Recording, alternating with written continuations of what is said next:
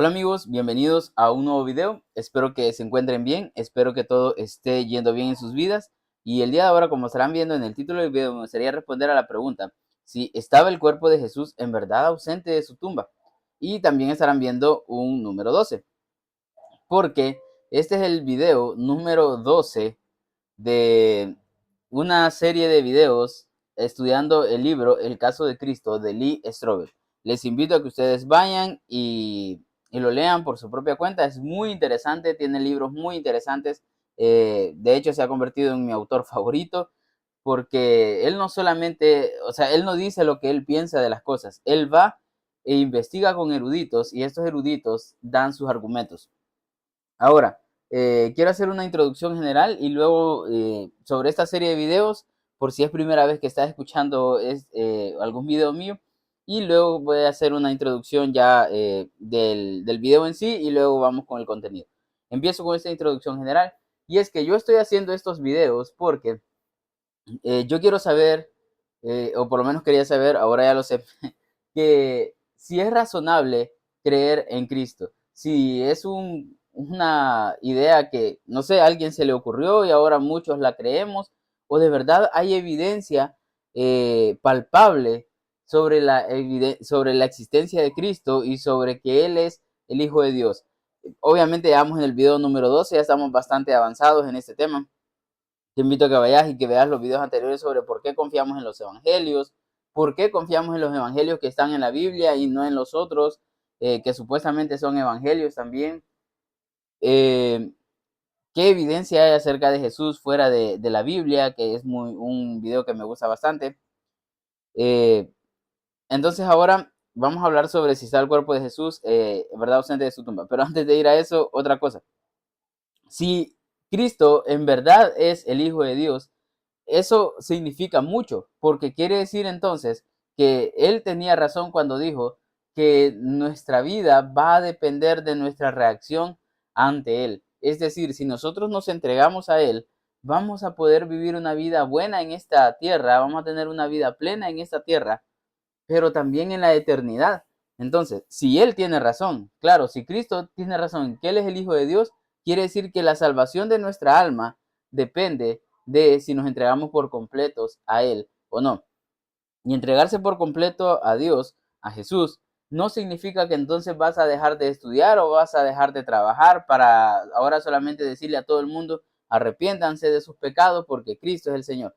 No, no se trata de eso. Se trata que vas a seguir trabajando y vas a seguir estudiando, pero ahora vas a hacerlo para Cristo. Vas a utilizar todo lo que sos para Cristo. Tu dinero ya no va a ser tuyo, ahora va a ser para Cristo. Ahora, no quiere decir que entonces todo tu dinero se lo vas a dar a los pobres, no. El Espíritu Santo te va a dar sabiduría de cómo ayudarle a las personas. Que puedes ayudarle a alguien con $1, entonces hacerlo con $1. Que puedes comprarle un plato de comida, comprarle un plato de comida. Que puedes comprarle una despensa, comprarle la despensa. Que hasta tenés para comprarle una casa a alguien. Gloria a Dios, hacelo. Pero conforme a lo que tengas, lo que Dios te vaya dando. Que solo un café, no puedes darle ni $1, sino que solo un café de 30 centavos. Pues entonces dale un café de 30 centavos, pero con lo que tengas, ayudar. La idea es que tu vida va a ser para servir a otros. Tu dinero, tu tiempo, tu esfuerzo.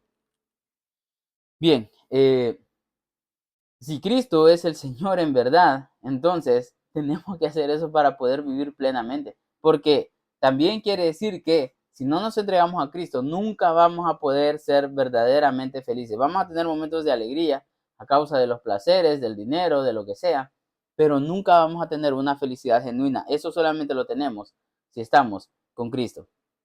Entonces, yo quiero hacer estos videos para demostrar que sí es razonable creer en Cristo y que sí hay evidencia que apunta a que en verdad Cristo es el Hijo de Dios. Y de hecho ahora vamos a profundizar un poco más en eso. Ahorita ya estamos en videos un poco más filosóficos, pero ya hablamos sobre evidencias más palpables que hay en el pasado, sobre la arqueología, documentos históricos y tal.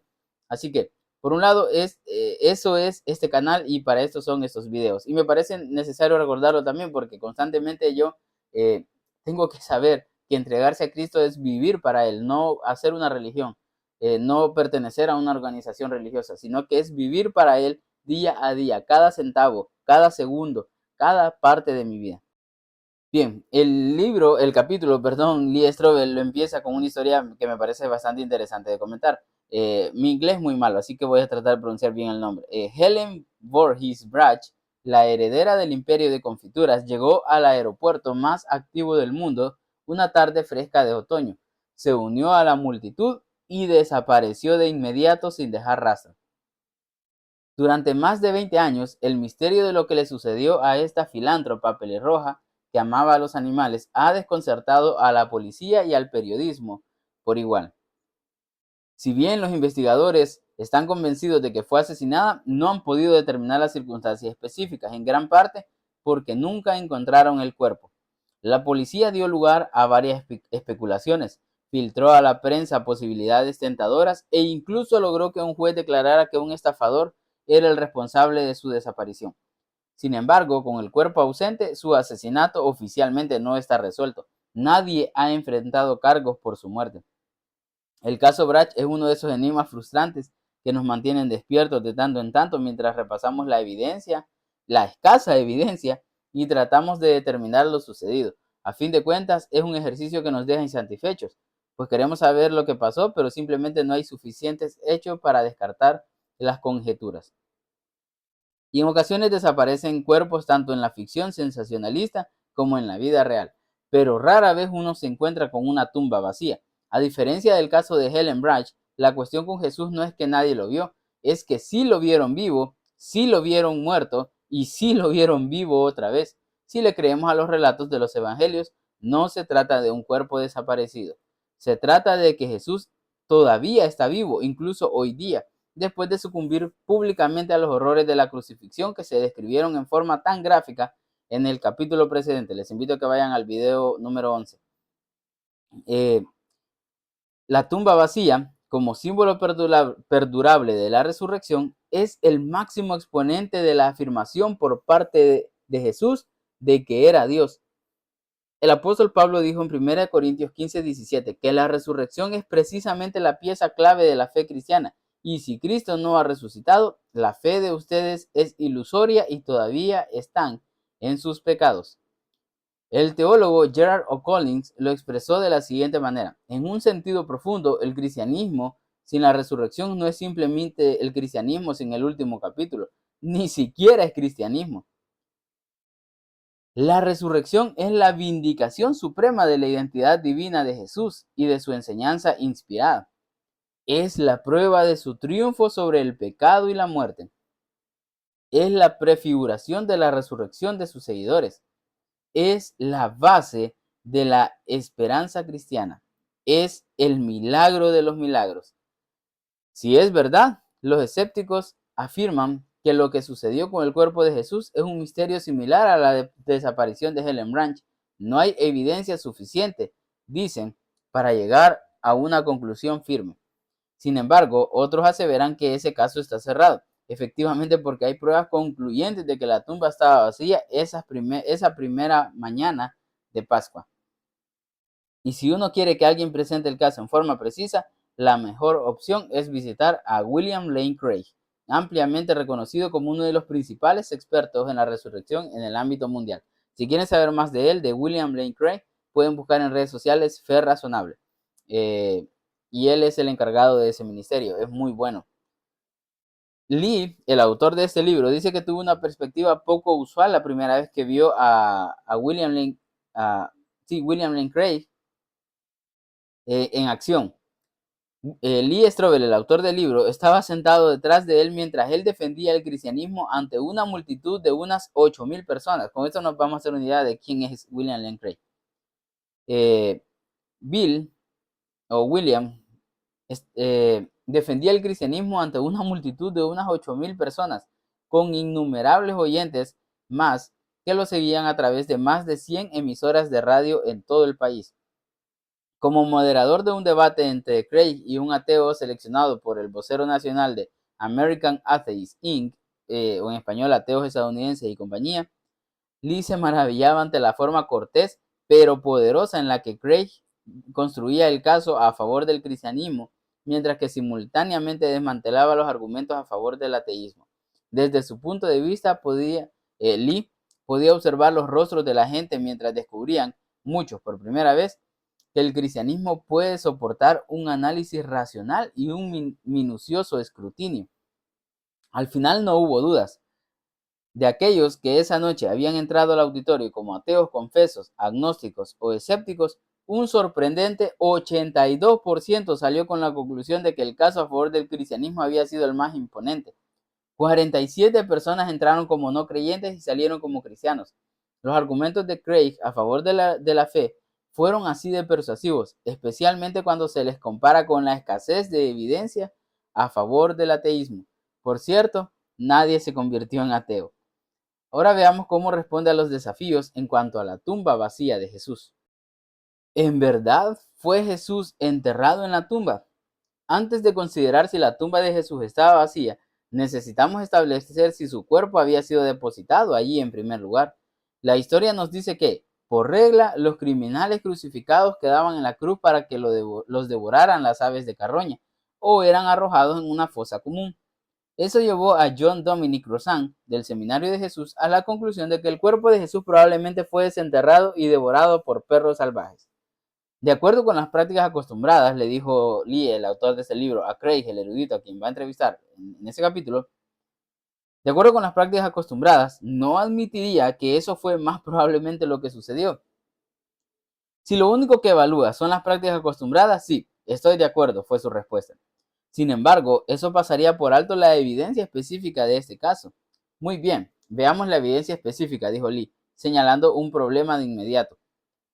Los evangelios dicen que el cuerpo de Jesús fue entregado a José de Arimatea, un miembro del mismo consejo, el Sanedrín, que había votado para condenar a Jesús. Eso es algo improbable, ¿no es así?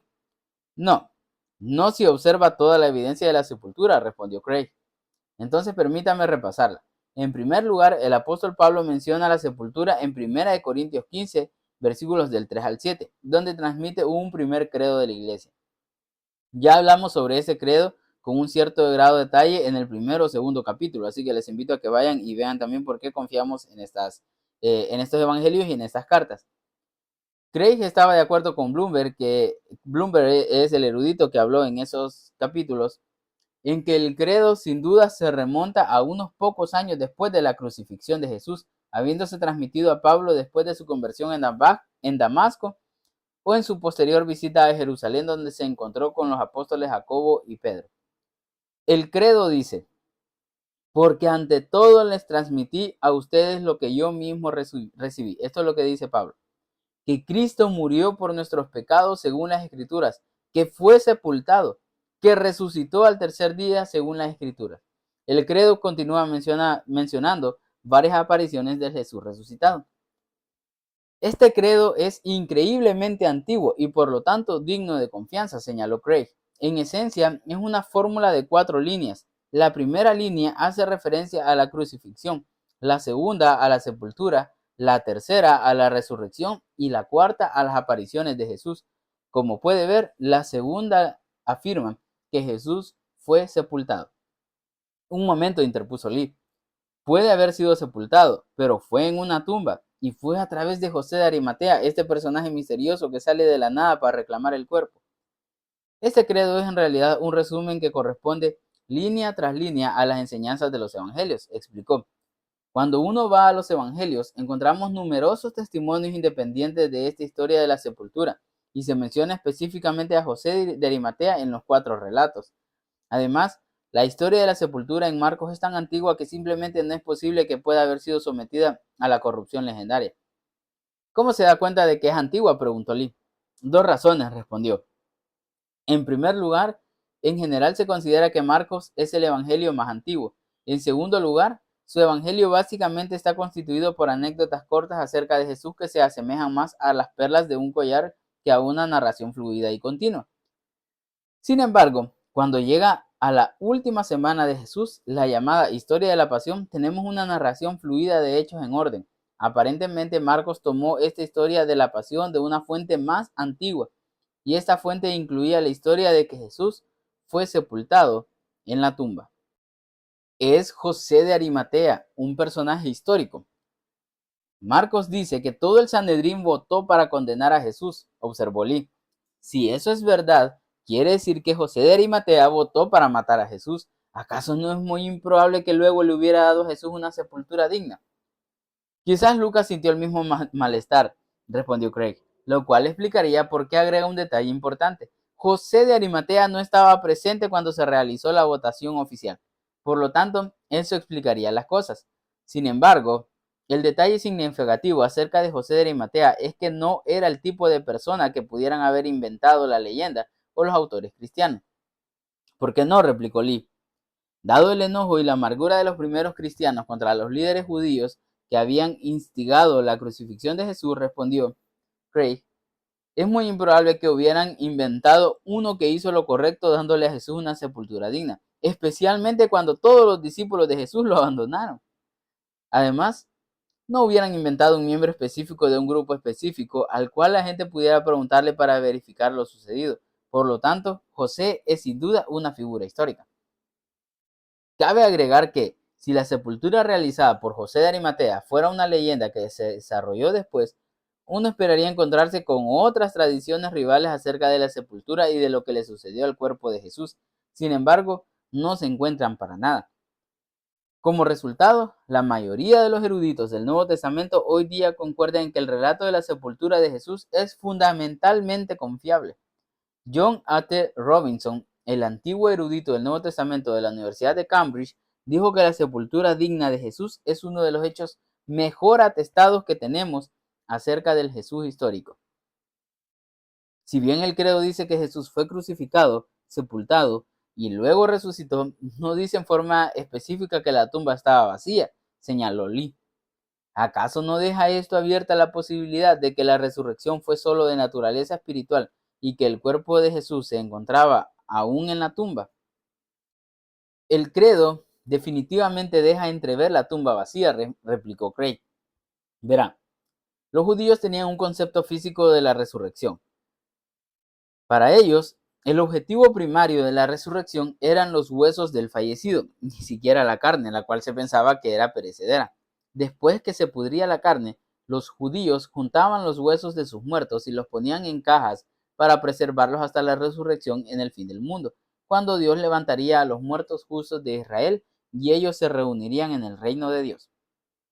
Bajo esta luz, hubiera sido una simple contradicción para un judío de esa época decir que alguien había resucitado de entre los muertos, pero que su cuerpo todavía estaba en la tumba. Por lo tanto, cuando este credo cristiano antiguo dice que Jesús fue sepultado y luego resucitó al tercer día, dice de una forma implícita, pero muy clara, quedó atrás una tumba vacía. ¿Cuán segura era la tumba? Habiendo escuchado la evidencia convincente de que Jesús había estado en la tumba, parece importante saber cuán segura era la tumba ante influencias externas.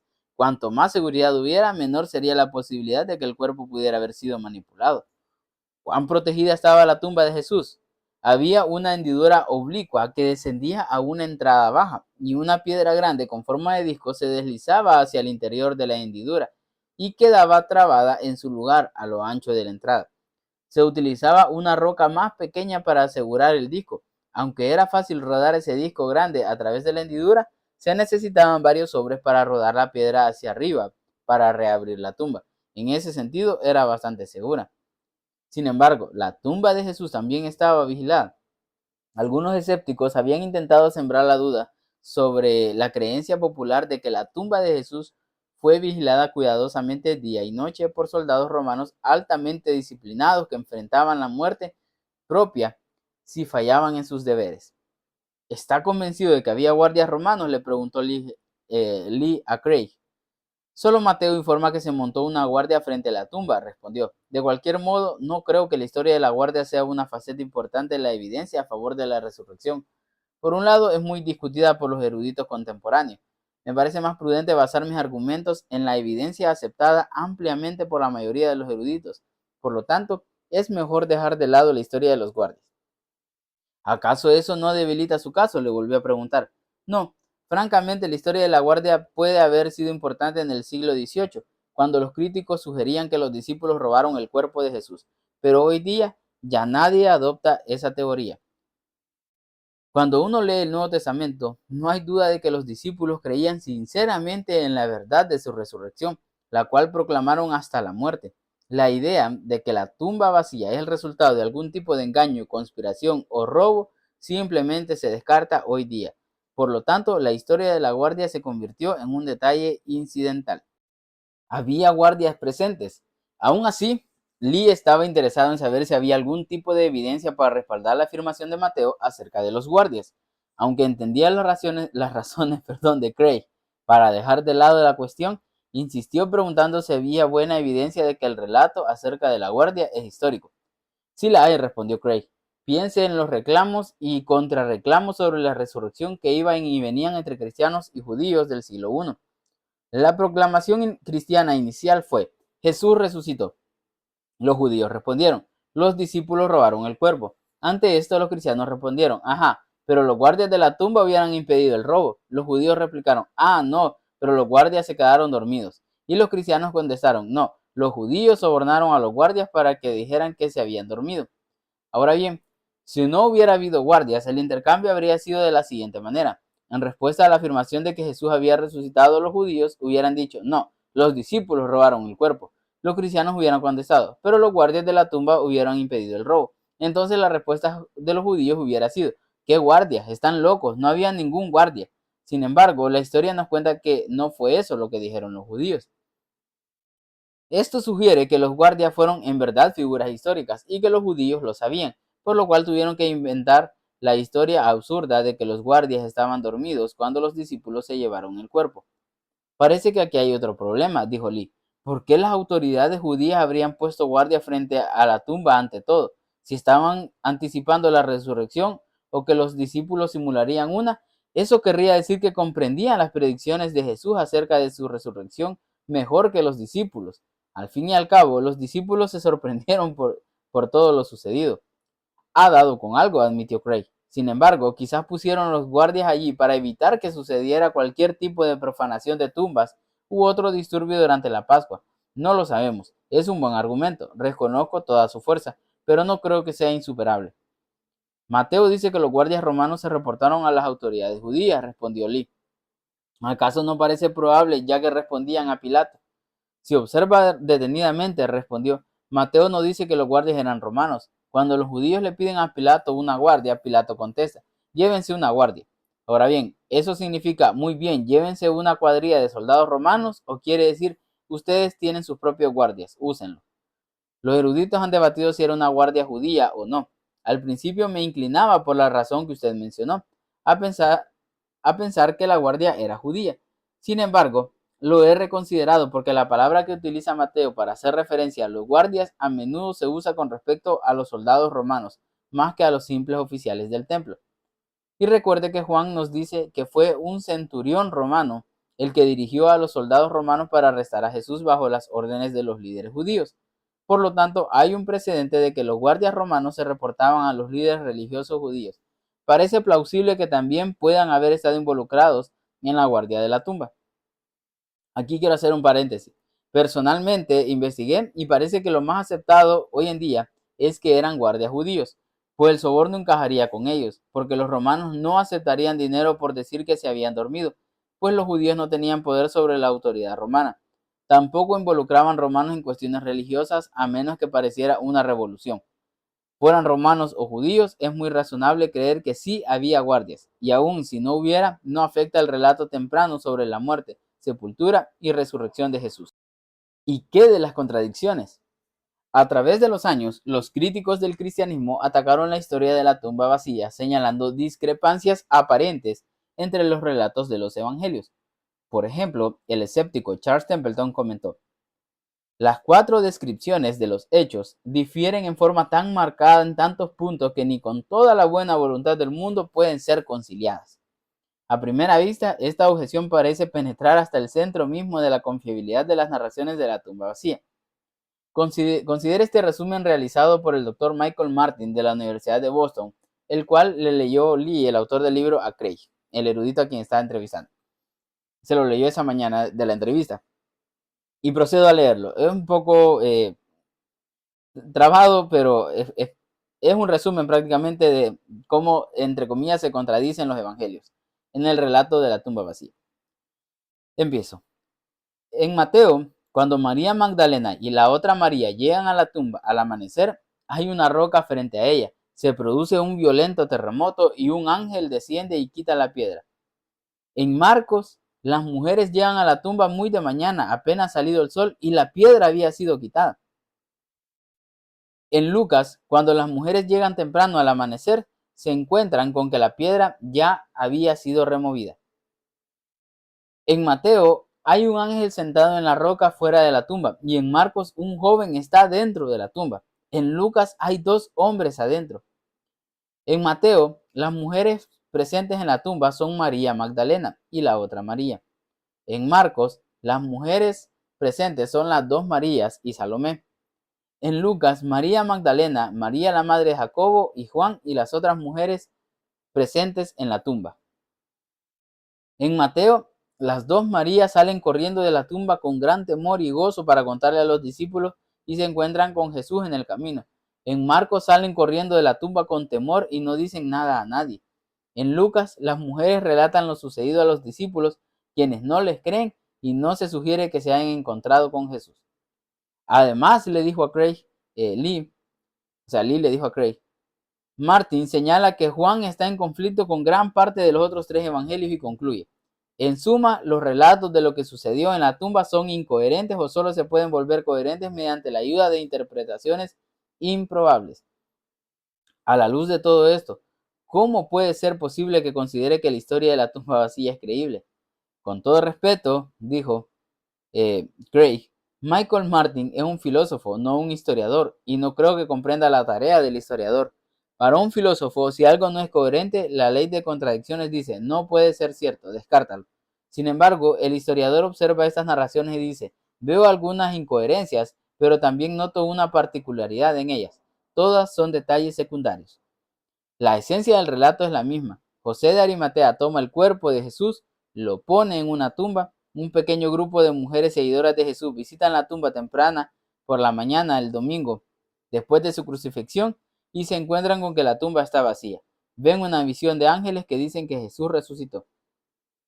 El historiador meticuloso, a diferencia del filósofo, no arroja el fruto junto con la cáscara. En cambio dice, esto sugiere que hay una esencia histórica en este relato que es confiable y del cual se puede depender, aunque los detalles secundarios sean conflictivos. Por lo tanto, podemos tener suma confianza en la esencia que es común a los relatos, con la cual concordarían la mayoría de los eruditos del Nuevo Testamento hoy día, aunque haya diferencias con respecto a los nombres de las mujeres, las horas exactas de la mañana, la cantidad de ángeles, etc. Ese tipo de discrepancias secundarias no le molestarían a un historiador. Incluso Michael Grant, el historiador que por lo común es escéptico, miembro de Trinity College, Cambridge y profesor de la Universidad de Edinburgh, admite en su libro Jesus, an Historian's Review of the Gospels, Jesús, un historiador y su reseña de los evangelios. Él dice, es verdad, el descubrimiento de la tumba vacía se describe de forma diferente en los evangelios, pero si aplicamos el mismo tipo de criterio que aplicaríamos a otras fuentes literarias antiguas, la evidencia es firme y plausible, lo suficiente como para requerir la conclusión de que la tumba fue encontrada, en verdad, vacía. Se pueden armonizar las discrepancias. Nos cuenta Lee que a veces, cuando cubría los juicios de criminales, había visto que dos testigos daban el mismo testimonio exacto, hasta los detalles claves, solo para encontrarse despedazados por el abogado de la defensa por haberse puesto de acuerdo antes del juicio. Por lo tanto, le mencionó a Craig. Supongo que, si los cuatro evangelios fueran idénticos en los detalles, eso habría levantado sospecha de plagio. Sí, esa es una buena observación, respondió. Las diferencias en los relatos de la tumba vacía sugieren que tenemos varios testimonios independientes de la historia de la tumba vacía. A veces la gente dice, Mateo y Lucas plagiaron a Marcos, pero cuando uno observa las narraciones con detenimiento, uno nota divergencias que sugieren que aún si Mateo y Lucas hubieran conocido el relato de Marcos, de cualquier modo, ellos también tenían fuentes separadas, independientes para la historia de la tumba vacía. Entonces, con estos varios relatos independientes, ningún historiador desestimaría esta evidencia solo por causa de las discrepancias secundarias. Permítame darle un ejemplo secular. Tenemos dos narraciones del cruce de los Alpes que realizó Aníbal para atacar Roma y son incompatibles e irreconciliables. Sin embargo, ningún historiador clásico duda del hecho de que Aníbal montó tal campaña. Esa es una ilustración no bíblica de que las discrepancias en cuanto a detalles secundarios fracasan en socavar la esencia histórica de un relato histórico. ¿Acaso no hay forma de armonizar algunas de las diferencias de estos relatos? Sí, las hay. Por ejemplo, la hora de la visita a la tumba. Un escritor puede escribirla como que todavía estaba oscuro, el otro quizás lo explique como que estaba aclarando. Pero eso se parece al caso del optimista y el pesimista que discuten si el vaso está medio lleno o medio vacío. Fue alrededor del amanecer y ellos describen lo mismo con palabras diferentes. En cuanto a la cantidad de mujeres y sus nombres, ninguno de los evangelios pretende dar una lista completa. Todos incluyen a María Magdalena y a otras mujeres. Por lo tanto, es probable que existiera un grupo de estas discípulas primitivas que incluía a las que fueron nombradas y quizás a otras más. Creo que sería pedantería decir que es una contradicción. ¿Y qué acerca de las diferencias en el relato de lo que sucedió después?, dijo Lee. Marcos dice que las mujeres no le dijeron nada a nadie y los otros evangelios dicen que sí. Craig explicó. Cuando uno observa la teología de Marcos, nota que le encanta hacer énfasis en la reverencia, el sobresalto, el terror y la adoración que inspira estar en presencia de lo divino. Por lo tanto, esta reacción de las mujeres, salir corriendo con temor y temblor y no decirle nada a nadie a causa del temor, es parte del estilo teológico y literario de Marcos. Bien pudo haber sido un silencio temporal, y luego las mujeres regresaron donde los demás y les contaron lo que había sucedido. En realidad, concluyó con una sonrisa, tuvo que haber sido un silencio temporal. De lo contrario, Marcos no estaría relatando esa historia. Lee quería consultarle acerca de otra discrepancia que se cita comúnmente. Jesús dijo en Mateo 12:40, porque así como 3 días y 3 noches estuvo Jonás en el vientre de un gran pez, también 3 días y 3 noches estará el Hijo del Hombre en las entrañas de la tierra. Sin embargo, los evangelios dicen que Jesús en realidad estuvo en la tumba un solo día entero, 2 noches enteras y parte de 2 días. ¿Acaso no es ese un ejemplo de que Jesús se equivocó y no cumplió su propia profecía? Algunos cristianos con buenas intenciones han utilizado este versículo para sugerir que Jesús fue crucificado un miércoles en vez de un viernes, para poder ajustarse al tiempo, mencionó Craig. Sin embargo, la mayoría de los eruditos reconocen que según la forma de registrar el tiempo de los antiguos judíos, cualquier parte del día se contaba como un día entero. Jesús estuvo en la tumba la tarde del viernes, todo el sábado y la madrugada del domingo. Según la forma en la que los judíos concebían el tiempo en ese entonces, eso se hubiera contado como 3 días. De nuevo, concluyó, ese es simplemente otro ejemplo de cuántas de esas discrepancias se pueden explicar o reducir con un poco de conocimiento del contexto o solo examinarlas con la mente abierta. ¿Se puede confiar en los testigos? Los evangelios concuerdan en que la tumba vacía fue descubierta por mujeres que eran amigas y seguidoras de Jesús. Sin embargo, ese hecho, en la perspectiva de Martin, arroja sospechas sobre su testimonio, dado que ellas probablemente no eran observadores objetivos. La relación de las mujeres con Jesús, ¿acaso pone en duda la confiabilidad de su testimonio? En realidad, con ese argumento le sale el tiro por la culata a los que lo usan, fue la respuesta de Craig. Es cierto que esas mujeres eran amigas de Jesús. Sin embargo, cuando uno comprende el papel de la mujer en la sociedad judía del siglo I, lo que resulta realmente extraordinario es que, ante todo, la historia de la tumba vacía tenga mujeres que la descubren por primera vez. Las mujeres se encontraban en los peldaños más bajos de la escalera social en la Palestina del siglo I. Había antiguos dichos rabínicos que rezaban, que las palabras de la ley sean quemadas antes de ser dadas a las mujeres. Y también decían, bendito es aquel cuyos descendientes son hombres, pero de gracia aquel cuyos descendientes son mujeres. El testimonio de las mujeres se consideraba tan inservible que ni siquiera se les permitía que se presentaran como testigos legales en un tribunal judío. Bajo esta luz es absolutamente notable que los testigos principales de la tumba vacía fueran estas mujeres amigas de Jesús. Cualquier relato legendario posterior de cierto hubiera narrado que los discípulos hombres fueron los que descubrieron la tumba, Pedro o Juan, por ejemplo. El hecho de que las mujeres sean las primeras testigos de la tumba vacía se explica de la forma más plausible mediante la realidad de que, les guste o no, ellas fueron quienes descubrieron la tumba vacía. Esto demuestra que los escritores de los evangelios registraron fidedignamente lo que ocurrió, aunque fuera embarazoso. Ello habla del carácter histórico de esta tradición en lugar de su condición legendaria. ¿Por qué las mujeres visitaron la tumba? ¿Por qué iban las mujeres a ungir el cuerpo de Jesús si sabían que la tumba estaba sellada con seguridad? ¿Tienen sentido sus acciones? Craig pensó por un momento antes de contestar, esta vez no con su voz de debate, sino con un tono más tierno.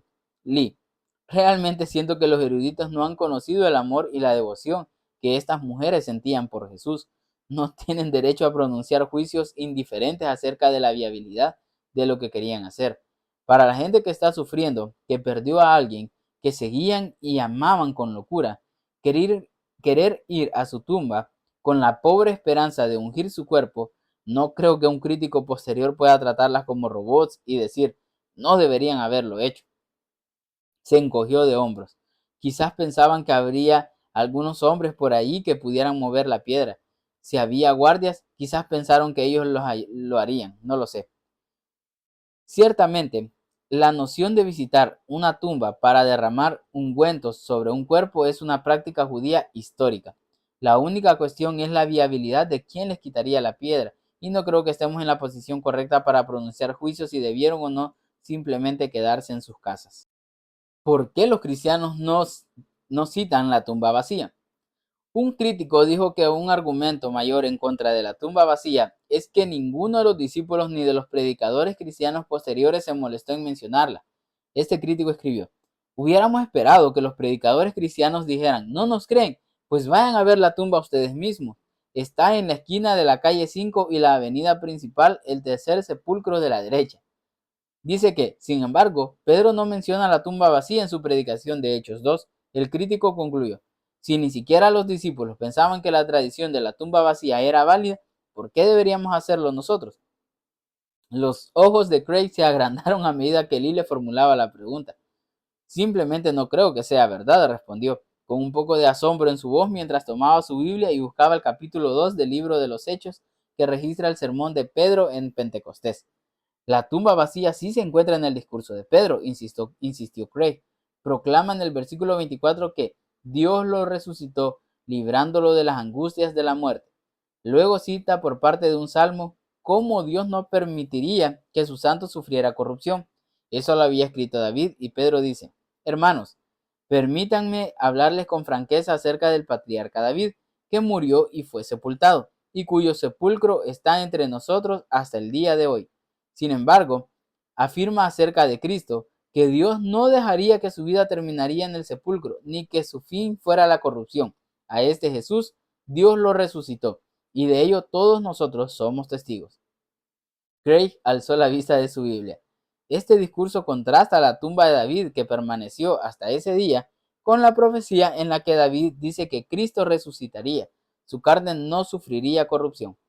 Está claramente implícito que la tumba quedó vacía. Luego pasó a un capítulo posterior del libro de los Hechos.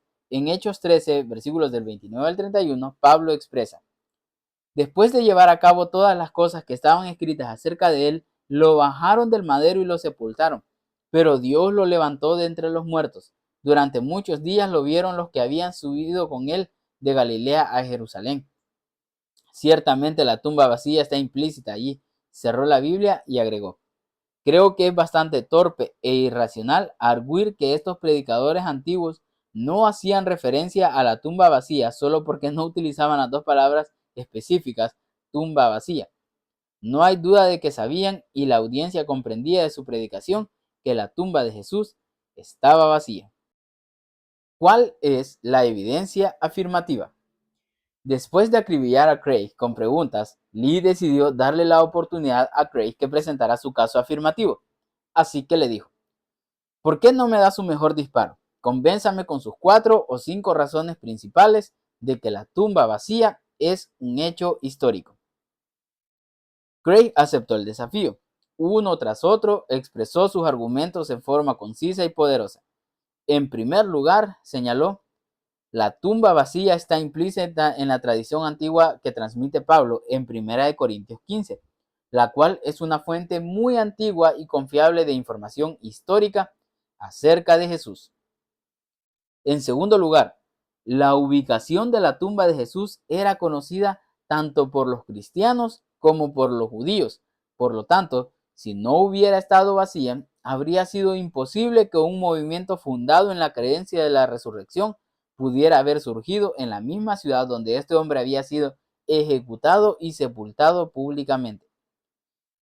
En tercer lugar, podemos observar en el lenguaje y la gramática y el estilo que Marcos sacó su historia de la tumba vacía, en realidad, toda la narración de la pasión de una fuente más antigua, por lo que no da lugar para que la leyenda corrompa el relato. En cuarto lugar, se encuentra la simplicidad de la historia de la tumba vacía en Marcos. Los relatos ficticios apócrifos del siglo II contienen toda clase de narraciones floridas en las que Jesús sale de la tumba en gloria y poder, que todo el mundo lo ve, incluso los sacerdotes, las autoridades judíos y los guardias romanos. Ese es el estilo de las leyendas, pero estas no aparecen sino luego de algunas generaciones después de los hechos, cuando todos los testigos oculares ya han muerto. En contraste, el relato de Marcos de la historia de la tumba vacía es rígido por su simplicidad y no está adornado por la reflexión teológica. En quinto lugar, el testimonio unánime de que la tumba vacía fue descubierta por las mujeres argumenta a favor de la autenticidad de la historia, porque hubiera sido embarazoso para los discípulos tener que admitirlo y de seguro se habría encubierto si hubiera sido una leyenda. En sexto lugar, la polémica antigua de los judíos presupone el carácter histórico de la tumba vacía. Es decir, no había nadie que dijera que la tumba todavía contenía el cuerpo de Jesús. La pregunta siempre fue, ¿qué sucedió con el cuerpo? Los judíos propusieron el rumor ridículo de que los guardias se habían quedado dormidos. Es evidente que se estaban agarrando de un pelo. Sin embargo, el asunto es el siguiente. Partieron de la base de que la tumba estaba vacía. ¿Por qué? Porque sabían que era así. ¿Y qué de las teorías alternativas? Christoph Lake propuso en 1907 que las mujeres simplemente fueron a la tumba equivocada, observó Lee.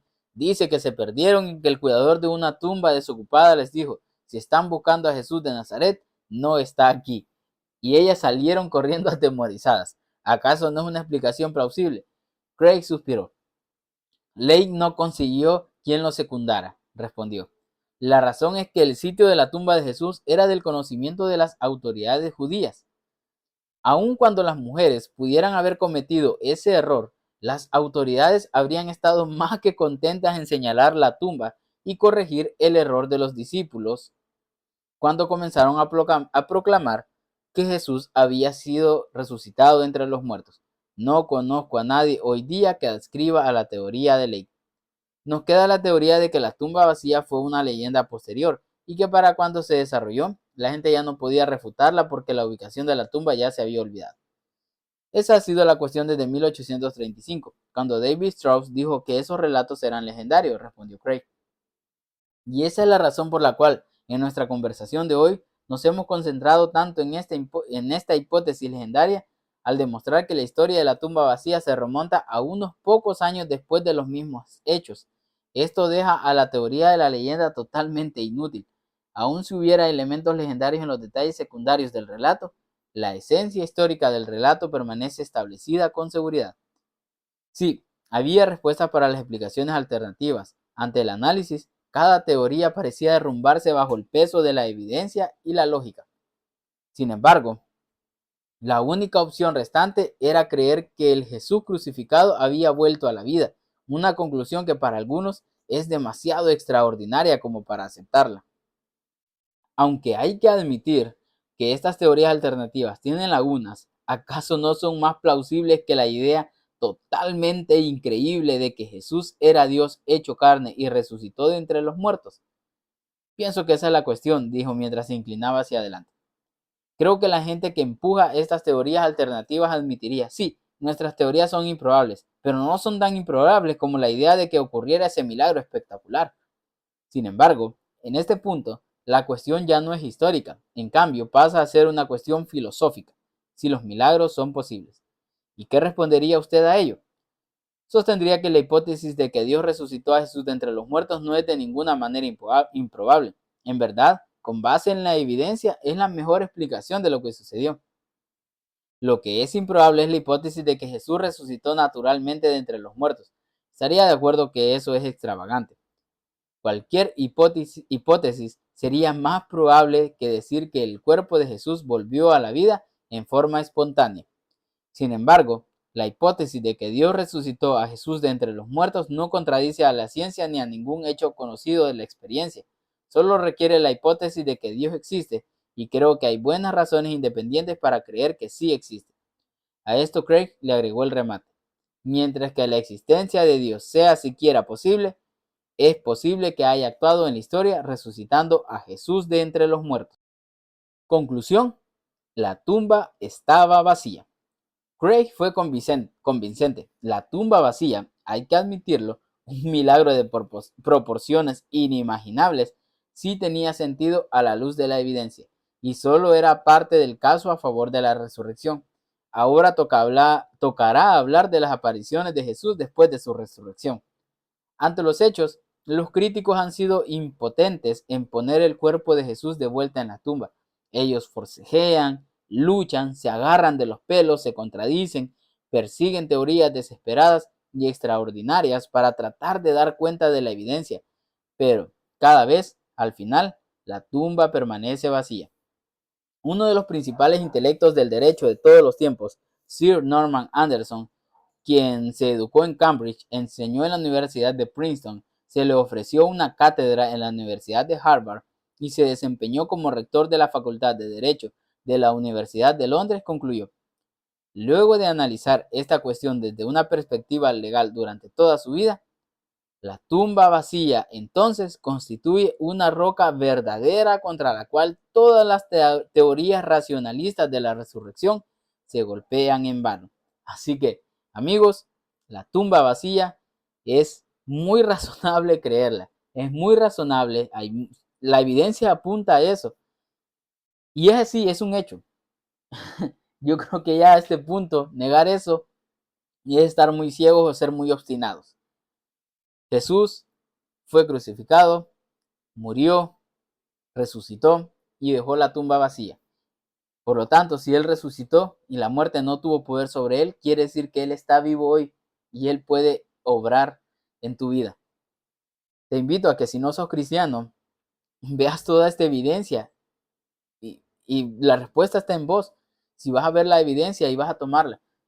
Como dije al inicio del video, entregarte a Cristo no es que vas a renunciar a toda tu vida y ahora vas a vivir solo para decir gloria a Dios, gloria a Dios. No. Quiere decir que vas a seguir viviendo, pero ahora lo vas a hacer para Cristo.